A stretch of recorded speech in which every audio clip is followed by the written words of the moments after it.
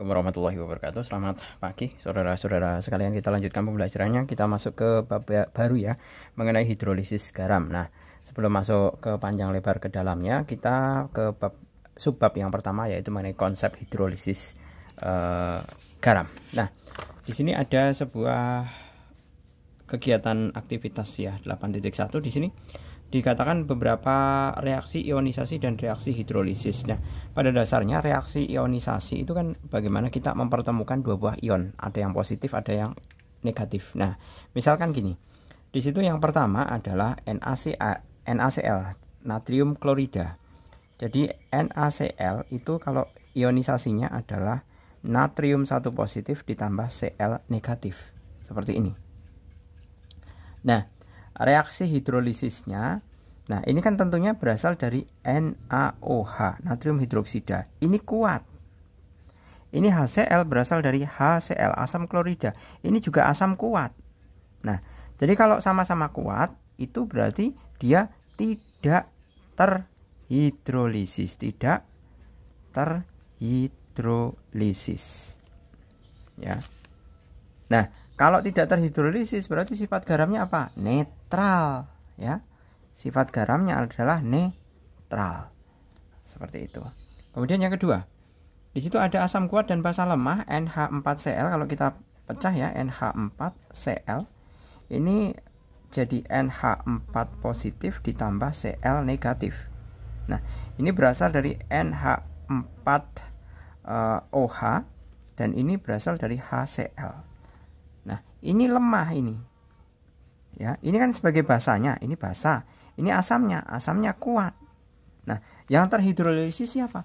Yang terhidrolisis adalah NH4. Ya. Jadi ingat, yang terhidrolisis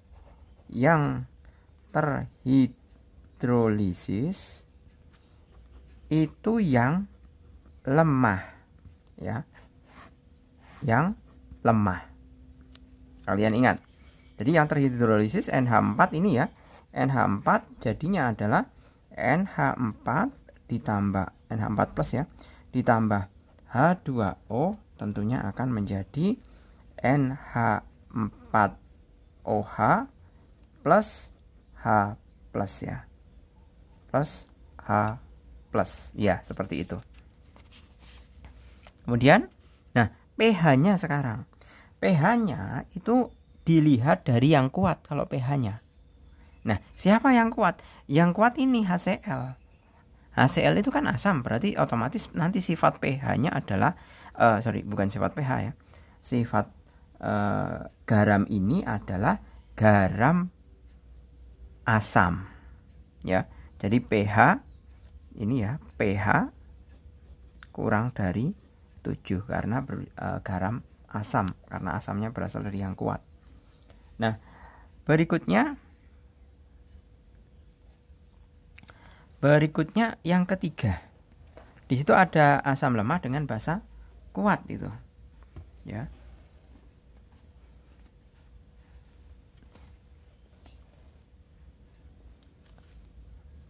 Apa itu? CH4 kalium asetat ya. CH3COOK. Ini kalau di breakdown kan jadi CH3COO min plus kalium. Nah, ya kan? CH3 ini berasal dari basa lemah, asam asetat ya. Berasal dari CH3COOH. Kalau ini berasal dari KOH. CH3COOH. Nah, ini lemah. Ya. Lemah. Ini asam ya. Asam lemah. Ini adalah basa kuat. Bisa menentukan basa kuat atau lemahnya, diingat ya, kalau berasal dari alkali ataupun alkali tanah, jadi 1A, kemudian 2A, ini pasti semua basa kuat. Ya. Jadi kalium hidroksida, natrium hidroksida. Nah, ini natrium hidroksida itu kan dari 1A, golongan 1A. Karena dia melepas 1 positif. Begitu juga K positif ya. K itu kan 1 positif. Itu juga kuat. Berikut juga kalsium, magnesium. Nah, itu semuanya adalah basa-basa kuat. Terutama yang berasal dari alkali ataupun alkali tanah itu pasti semuanya adalah kuat. Nah, kemudian kalau ini yang terhidrolisis siapa? Nah, diingat yang lemah CH3COOH, CH3COO- maksud saya, ditambah H2O otomatis akan menjadi CH3COOH plus H2O. Seperti itu. Kok plus H2O plus OH-. Nah, seperti ini. Siapa yang kuat? Ini basanya. Berarti otomatis nanti pH-nya adalah pH lebih dari 7. Seperti itu. Clear ya? Kemudian yang nomor ke-4, asam lemah dan basa lemah di situ. Asam lemah dan basa lemah itu juga sama saja. Kita bisa pecah dulu reaksinya. NH4CN amonium cyanida. Ya. Ini menjadi NH4 positif plus Cn negatif. Nah, ini lemah, basa lemah ya. Ini asam lemah juga. Ini basa, ini asam. Nah, berarti kan semuanya terhidrolisis ini. Nah, reaksi hidrolisis itu pada dasarnya adalah mempertemukan sebuah senyawa dengan air. Bagaimanakah dia bisa bereaksi atau tidak? Ini jadi NH4OH ditambah H positif. Kemudian kalau yang satunya Cn ya, Cn negatif ditambah H2O jadi HCN plus OH negatif. Seperti ini. Nah, berkaitan dengan sifat keasamannya, keumumannya ini terhidrolisis sempurna ya. Kalau ini tadi terhidrolisis sebagian, ini terhidrolisis sebagian, ini tidak terhidrolisis. Nah, kalau ini Ka-nya adalah kurang dari Kb, maka pH-nya akan, kalau Ka kurang dari Kb, berarti kan Kb-nya yang besar tuh. Berarti otomatis basa. Kalau basa berarti pH lebih dari 7. Seperti itu. Oke. Kita lanjut untuk yang soal diskusinya ya. Yang pertama di sini, garam dan asam kuat dan basa kuat bersifat basa. Asam kuat, basa kuat bersifat basa. Itu jelas salah. Mestinya netral. Selanjutnya, garam dari asam kuat dan basa lemah tidak terhidrolisis. Ini salah. Mestinya adalah terhidrolisis sebagian. Yang tidak terhidrolisis adalah asam kuat. Yang terhidrolisis basa lemah. Lanjut. Natrium asetat mengalami hidrolisis parsial dan bersifat basa. Nah, penjelasannya seperti ini. CH3COONa akan menjadi CH3COO- plus Na positif. Ini asam lemah, ini basa kuat. Yang terhidrolisis adalah ini. Yang lemah terhidrolisis. Nah, berarti kalau di sini dikatakan mengalami hidrolisis parsial dan bersifat basa. Bersifat basa karena dia natrium ini kan basa kuat ini. Nah, kalau hasil reaksinya bersifat basa kuat itu benar ya. Jadi pernyataan ini benar. Lanjut, garam dari asam lemah dan basa lemah bersifat basa. Itu salah. Ya. Itu salah. Itu nanti tergantung ya. Tergantung dari perbandingan Ka dengan Kb-nya. Kalau misalkan Ka kurang dari Kb, posisinya seperti ini. Tapi kalau misalkan Ka lebih dari Kb, maka pH-nya akan kurang dari 7 atau bersifat asam. Gitu ya. Ini Pak Jul tadi kurang. Mestinya Pak Jul tulis 2 kemungkinan. Berarti ada kemungkinan pertama Ka kurang dari Kb. Yang kemungkinan yang kedua adalah Ka lebih dari Kb. Seperti itu. Lanjut yang ke berapa ini? Pernyataan kelima, garam amonium cyanida memiliki Ka kurang dari Kb sehingga bersifat basa. Nah, ini seperti yang tadi dicontohkan. Bersifat basa berarti itu benar. Lanjut nomor yang kedua. Yang kedua ya. Isilah dengan singkat. Berdasarkan hasil aktivitas ini, lengkapi pernyataan berikut dengan benar. Garam NH4Cl dibentuk dari HCl yang bersifat asam. HCl itu asam kuat, dan senyawa amonium hidroksida yang bersifat basa.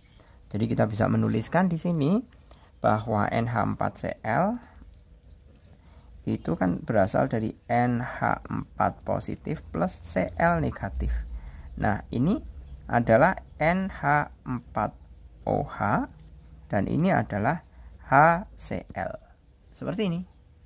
Nah, amonium hidroksida itu adalah basa lemah, sedangkan ini adalah asam kuat. Lanjut. Larutan garam amonium klorida bersifat asam kuat karena yang kuat adalah asamnya, ya. Lanjut. Garam natrium asetat dibentuk dari senyawa, sebenarnya tadi ya sama ya, CH3COONA. CH3COONA dibentuk dari senyawa, jelas, CH3COO- plus Na positif, ya kan? Nah, ini berasal dari apa? CH3COOH ini NaOH, ya. Ini sebagai asam lemah,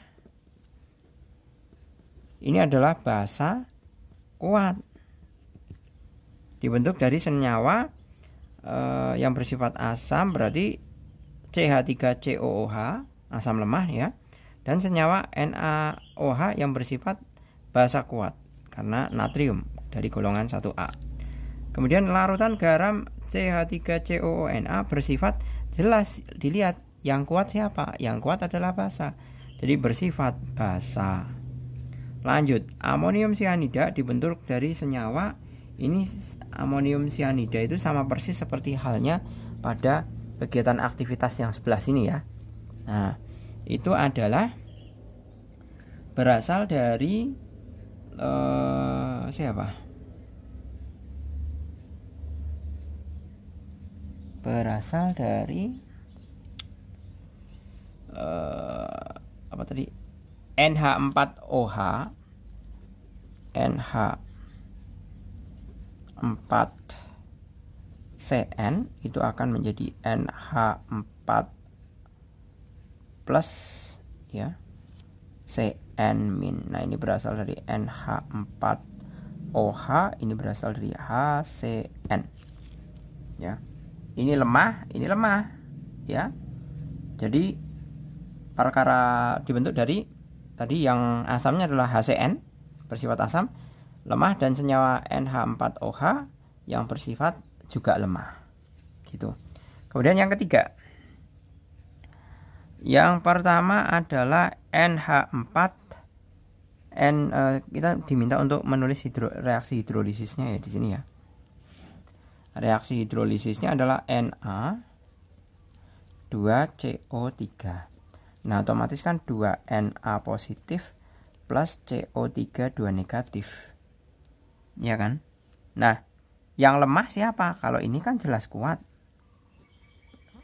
ya kan? Yang lemah adalah ini karbonat lemah.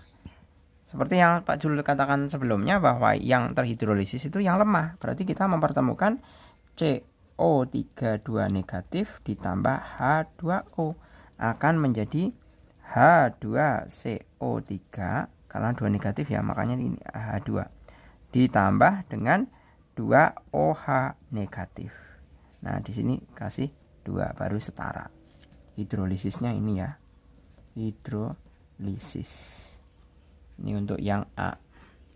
Kemudian yang B, MgCl2 itu menjadi Mg2 positif plus 2Cl negatif.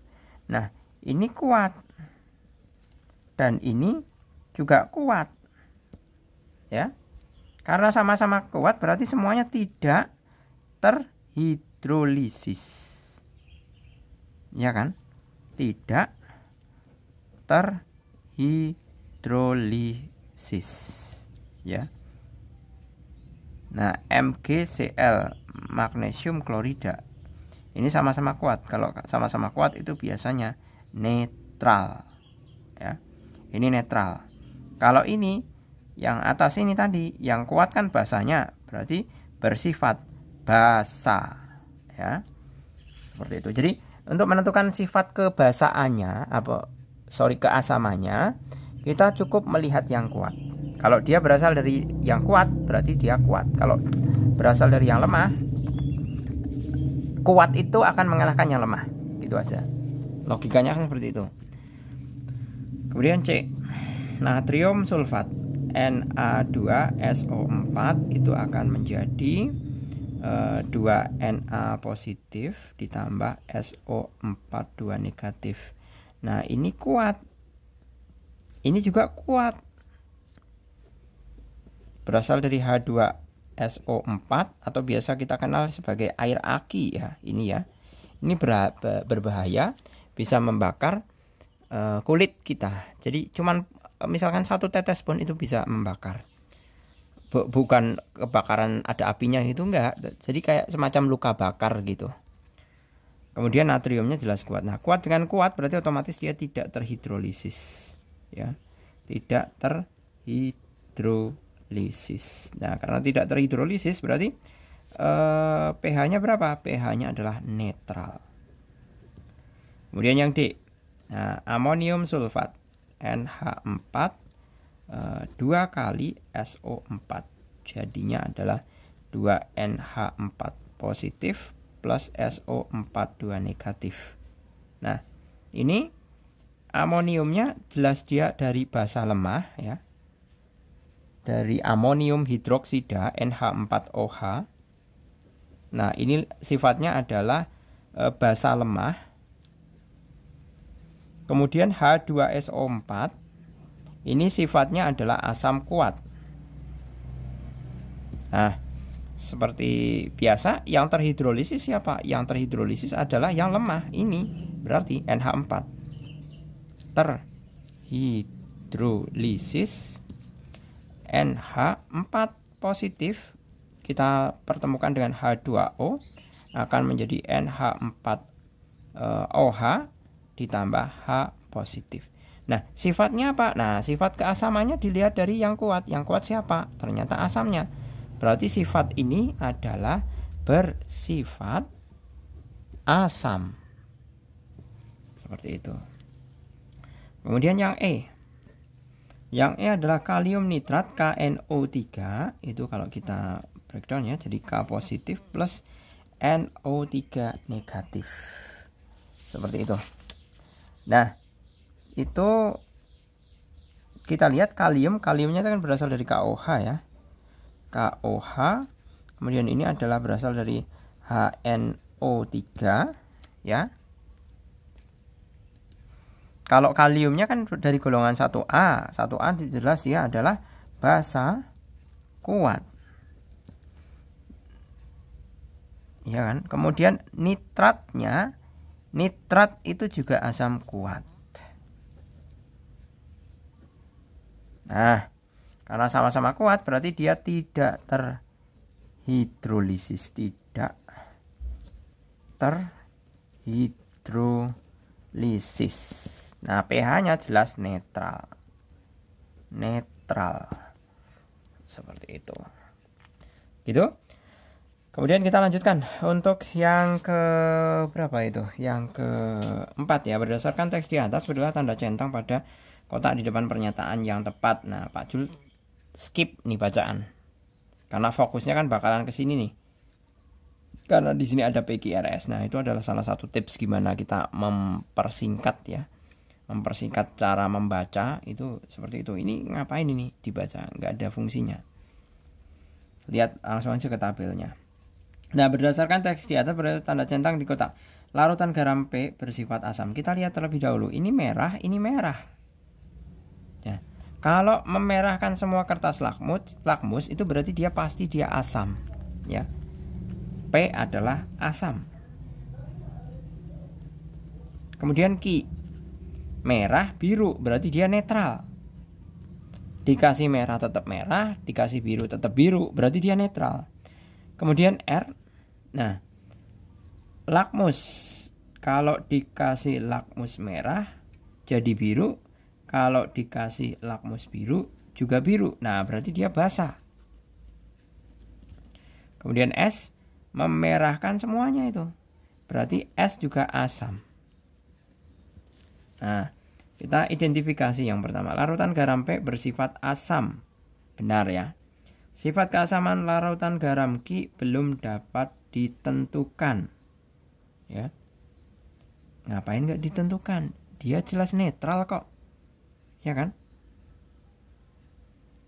Sifat keasamannya netral dia. Kalau netral itu pH sama dengan 7. Ya. Berarti ini juga salah. Kalau ini tadi benar ya, ini salah. Larutan garam R bersifat asam. Salah lagi. Mestinya R adalah basa. Kemudian sifat keasaman larutan garam S adalah asam. S asam, benar. Larutan garam S dipastikan sama dengan larutan garam P. Itu juga benar. Karena sama-sama asam. Ya. Lanjut. Berdasarkan teks di atas, prediksi yang tepat untuk larutan garam Q dan S. Q-nya ini netral ya. Kalau Q-nya netral, kemudian S-nya adalah asam. Kalau netral itu berasal dari yang kuat-kuat. Ya. Netral itu berasal dari yang kuat tuh. Nah, kemudian yang S itu asam. Nah, otomatis kelihatan ini. Kalsium klorida ini kuat-kuat. Tidak bisa. Mestinya kan QS. Q itu netral. Netral itu kuat-kuat. Kemudian S-nya itu asam. Kalau asam itu pasti ada yang kuat, ada yang lemah. Ya. Nah, kita lihat yang B. Kalsium klorida kuat-kuat. Benar. Amonium klorida. Amonium itu lemah. Klorida itu kuat. Dan dia kuatnya asam. Nah, berarti jawabannya adalah yang B. Seperti itu. Nah, kemudian yang keenam, tentukan senyawa penentu sifat dan sifat larutan garam kalium klorat dan amonium fluorida. Ini mudah ya, kalau kalium kalian Pak Jul lupa itu. ClO negatif itu kuat atau lemah itu Pak Jul lupa. Kalau F negatif itu lemah. Lemah ya. Jadi untuk golongan 7A FClBrI ya, min kayak gini. Golongan 7A atau halogen itu semuanya kuat kecuali ini. Ini lemah ini. Klorida. Nah, Pak Jul yang lupa itu klorat, ion klorat itu lemah atau kuat itu Pak Jul lupa. Silahkan kalian tentukan sendiri ya. Bisa cari di literatur. Kalau yang pasti kaliumnya itu kuat, amoniumnya itu jelas lemah. Seperti itu. Gitu ya, saya rasa cukup. Semoga bermanfaat. Terima kasih. Selamat pagi. Assalamualaikum warahmatullahi wabarakatuh.